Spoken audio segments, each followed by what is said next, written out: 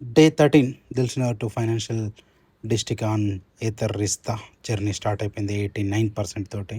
Weather అయితే చాలా క్లౌడీగా and సన్నీగా ఉందన్నమాట.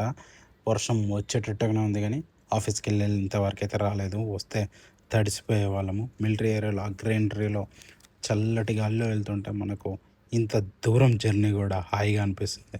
అంటే మరీ అంత హాయిగా ఉండదనుకో. ఇక ఓఆర్ఆర్ సర్వీస్ రోడ్లో ఆ బిల్డింగ్లు, ఆ వ్యూ, క్లౌడ్స్ కమ్మేసి వ్యూ అయితే చాలా అద్భుతంగా ఉంది. దూరంగా పెద్ద పెద్ద బిల్డింగ్లు. 58% ఛార్జింగ్ ఉందన్నమాట ఆఫీస్కి వెళ్ళేసరికి. షట్ డౌన్ చేసుకొని ఆఫీస్ పని అయిన తర్వాత రిటర్న్ అయ్యేటప్పుడు ఆన్ చేశాను. సో ఏతర్ ఆన్ అవుతుంది. 57%తో రిటర్న్ జర్నీ స్టార్ట్ అయిపోయింది. సో వెదర్ మాత్రం కూల్గా ఉంది. సో చందమామ కనిపిస్తే అక్కడ కొద్దిసేపు ఉండి ఆ లొకేషన్ ఎంజాయ్ చేయడం జరిగింది.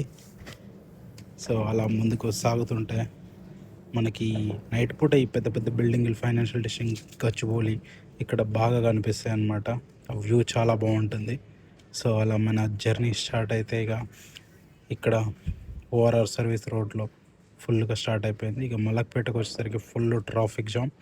అలాగే పిస్తా హౌస్కి వెళ్ళి ఒక కేక్ తీసుకొచ్చాను. ఇంటికి వెళ్ళేసరికి 23% ఉంది.